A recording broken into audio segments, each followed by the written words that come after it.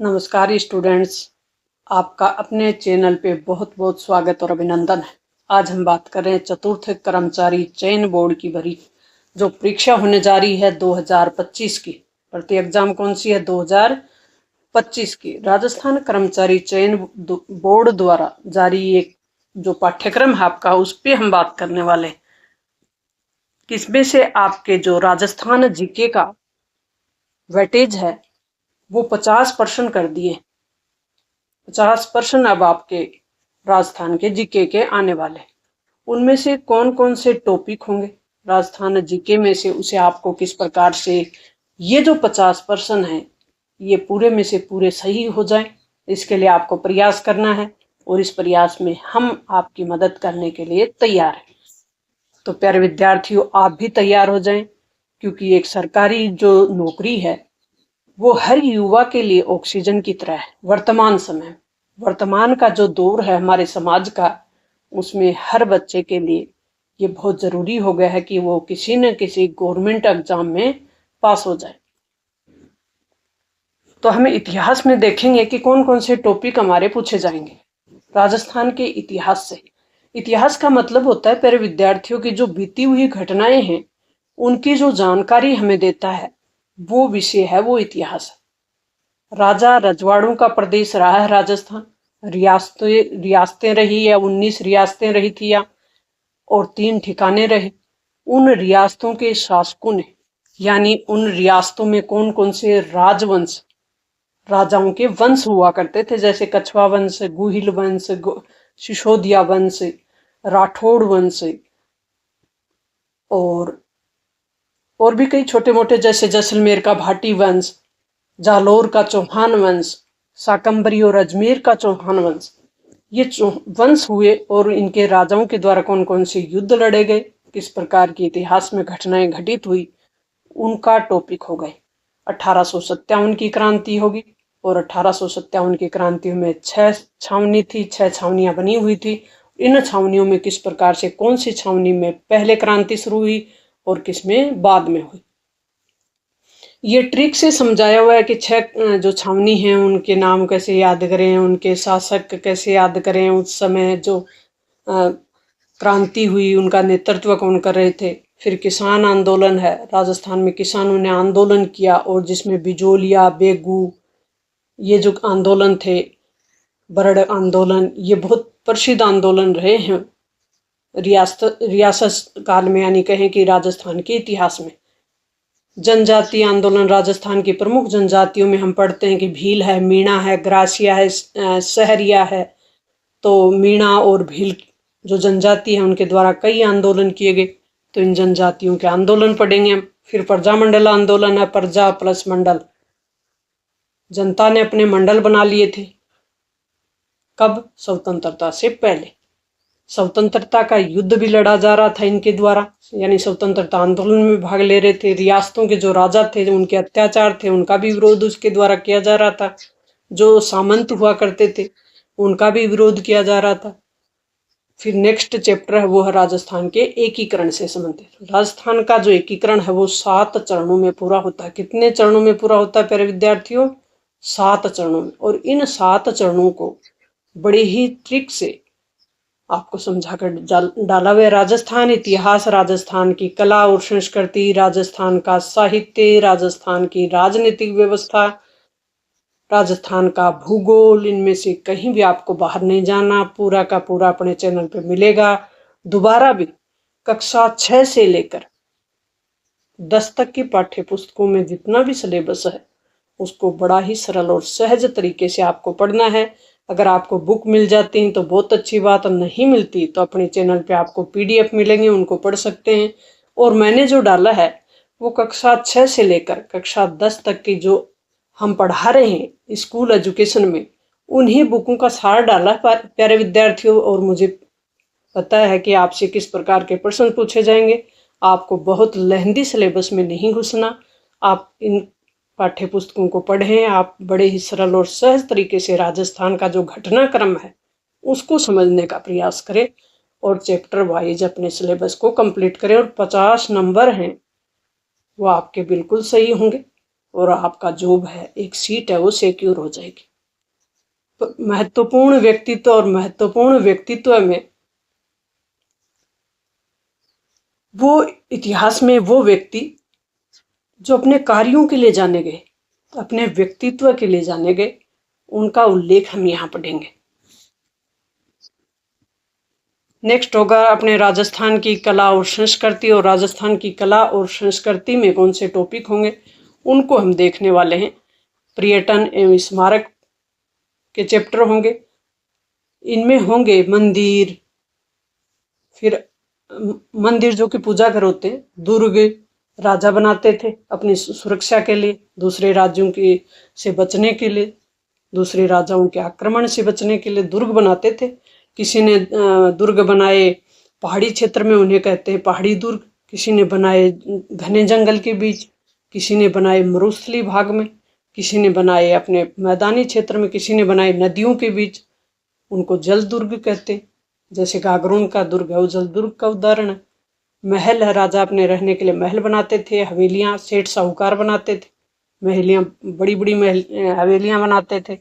और उनकी जो चित्रकारी है वो बहुत प्रसिद्ध है। जैसे शेखावाटी की भित्ति चित्रकला बहुत प्रसिद्ध है, क्योंकि भींत पर कलर करके, यानी भींत को पोत कर उस पर सुंदर सुंदर चित्र बनाते हैं, उसको कहते हैं भित्ति चित्र। बावड़ियाँ, सीढ़ी नुमा कुआं होते थे, छतरियाँ, राजा महाराजाओं के समाधि स्थल पे शानदार छतरियाँ बनाई जाती थी, वो भी प्रसिद्ध है। राजस्थान के लोक देवता, राजस्थान के प्रमुख मेले, राजस्थान के प्रमुख त्योहार, राजस्थान के लोकगीत और संगीत, राजस्थान के प्रमुख लोक वाद्य यंत्र यानी बजाए जाने वाले वाद्य यंत्र, राजस्थान के प्रमुख लोक नृत्य, राजस्थान की हस्तकला और लोक कला, सामाजिक रीति रिवाज, परंपरा, संस्कृति, वेशभूषा और आभूषण, राजस्थान की भाषा और बोलियां, अलग अलग क्षेत्रों की अलग अलग बोलियां हैं। जैसे मारवाड़ी भाषा या बोली, ढूंढाड़ी, हाड़ौती, शेखावाटी, ये बोलियां हैं अलग अलग क्षेत्रों की। इन राजस्थान को कितने क्षेत्रों में बांटा हुआ है वो भी सब समझाया हुआ है। राजस्थान का साहित्य,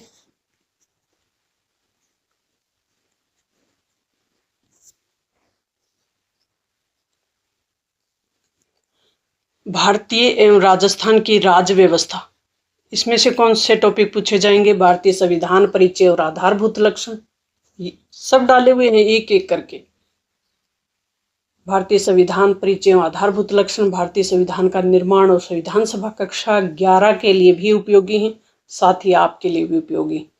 बहुत ही सरल और सहज तरीके से समझा कर डाला हुआ है। भारतीय संविधान की विशेषता और संविधान के स्रोत, संविधान के भाग, अनुसूचियां और प्रस्तावना, राज्य का शासन एवं राजनीति, जिसमें हमें पढ़ना होगा एक तो राज्यपाल, एक मुख्यमंत्री और उसकी मंत्रिपरिषद, एक हमें राज्य विधानसभा पढ़नी होगी। राज्य विधानसभा में 200 सदस्य हैं, तो क्या वर्तमान में 200 हैं तो क्या शुरू से ही 200 हैं? बिल्कुल नहीं। 1952 में पहले आम चुनाव हुए थे तो उस समय कम थी, 160 ही सीटें थी। तो इस प्रकार से हमें उन चीज़ों को याद रखना होगा। उच्च न्यायालय, मुख्य सचिव, प्रशासनिक व्यवस्था में ये पढ़ना होगा। जिला प्रशासन और जिला स्तर का न्यायिक ढांचा और सूचना का अधिकार अधिनियम पढ़ना होगा। कि हिंदी विषय में आपके कौन से टॉपिक होंगे? प्यारे विद्यार्थी और साथियों, हिंदी विषय में देखेंगे हम टॉपिक वाइज कौन से पूछे जाएंगे आपसे। ये होंगे संज्ञा, सर्वनाम, ये वही टॉपिक हैं जो हम पढ़ते आए 10th तक। संज्ञा को हमने पढ़ा है, सर्वनाम भी पढ़ा है, विशेषण भी पढ़ा है। संज्ञा के और सर्वनाम की, संज्ञा किसे कहते हैं? व्यक्ति, वस्तु, स्थान, भाव के नाम को संज्ञा कहते हैं। संज्ञा के 3 भेद होते हैं। सर्वनाम, संज्ञा के स्थान पे आने वाले शब्दों को सर्वनाम कहते हैं। विशेषण, संज्ञा, सर्वनाम, इन दोनों की विशेषता बताने वाले शब्दों को क्या कहते हैं? विशेषण। क्रिया, सकर्मक और अकर्मक क्रिया, काम करने को क्या कहते हैं? क्रिया कहते हैं।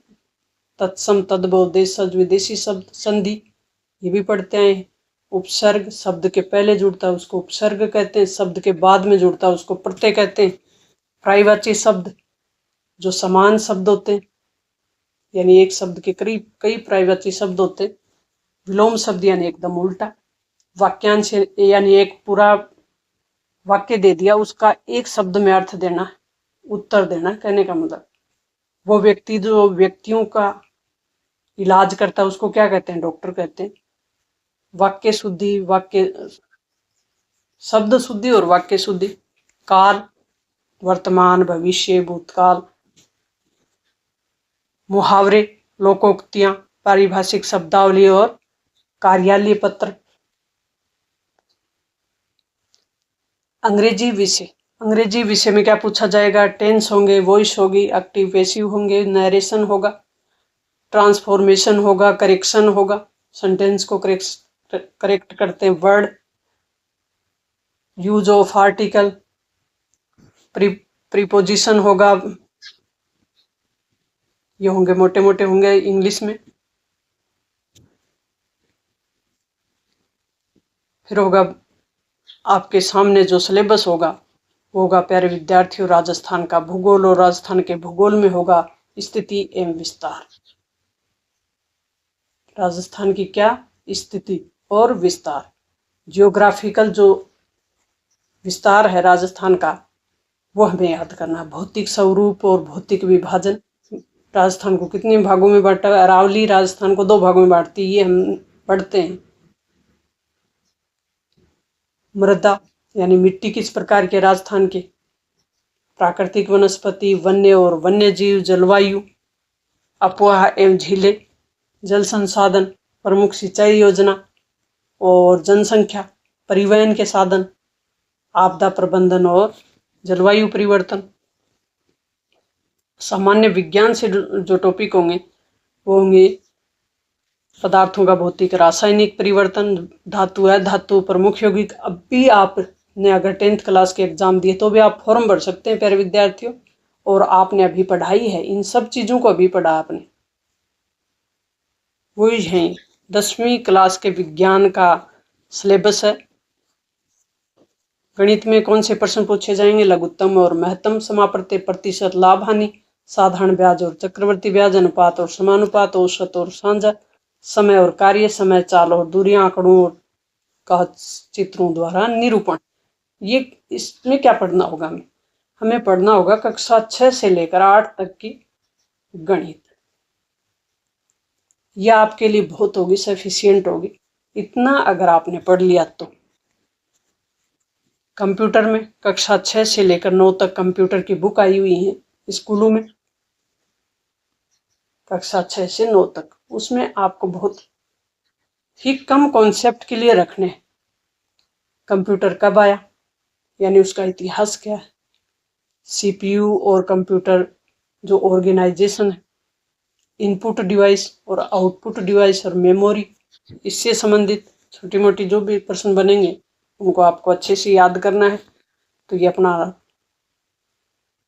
चतुर्थ कर्मचारी चयन बोर्ड द्वारा जारी आपका सिलेबस है, वो सरल और सहज तरीके से समझाने का मैंने प्रयास किया है। हम आपके लिए प्यारे विद्यार्थियों आपके सिलेक्शन तक आपसे जुड़े रहेंगे।